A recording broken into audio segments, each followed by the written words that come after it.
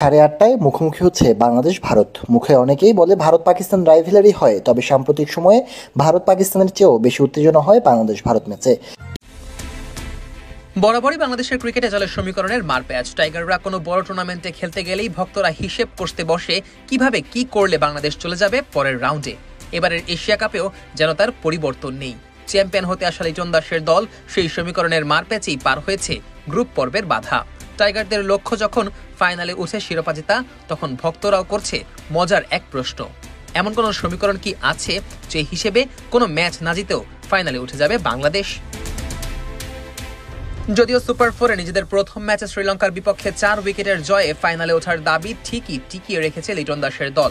তবে মজার ব্যাপার হচ্ছে, বাংলাদেশ যদি আর একটা ম্যাচ নাও জিতে তবুও ফাইনালে উঠে যেতে পারে।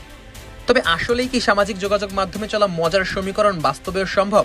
আসুন একটু খোলাসা করেই জেনে নেই। তবে এশিয়া কাপের সুপার ফোরে 2 ম্যাচ শেষে দেখা যাচ্ছে পয়েন্ট টেবিলের শীর্ষে রয়েছে শক্তিশালী ভারত। সমান পয়েন্ট নিয়ে বাংলাদেশ অবস্থান করছে 2 নম্বরে। আর এখানেই সেই সমীকরণের মারপ্যাচ। পাকিস্তানকে উড়িয়ে দেওয়া ভারতের রান রেট যেখানে 0.689, বাংলাদেশের সেখানে 0.121। আর নিজেদের প্রথম ম্যাচে হারা 2 দল পাকিস্তান ও শ্রীলঙ্কার নেট রান রেট যথাক্রমে -0.689 ও -0.121। অর্থাৎ আপাতত পয়েন্ট টেবিলের সবার তলানিতে আছে সলমান আগার পাকিস্তান, যে দলটি আবার মঙ্গলবার সুপার ফোরের ম্যাচে শ্রীলঙ্কার মুখোমুখি হবে।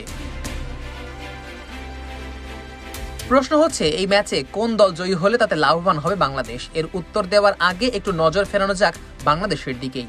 শ্রীলঙ্কাকে হারিয়ে সুপার ফোরের যাত্রা শুরু করা টাইগাররা তাদের পরবর্তী 2 ম্যাচে ভারত ও পাকিস্তানকে হারিয়ে দিতে পারলে এমনিতেই চলে যাবে ফাইনালে। সেক্ষেত্রে কোনো যদি কিন্তুর সমীকরণের মারপ্যাচেও দরকার পড়বে না লিটন দাসদের। তবে যদি বাংলাদেশ ভারতের বিপক্ষে হেরে গিয়েও পাকিস্তানের বিপক্ষে জিতে যায়, সেক্ষেত্রেও সুযোগ থাকবে।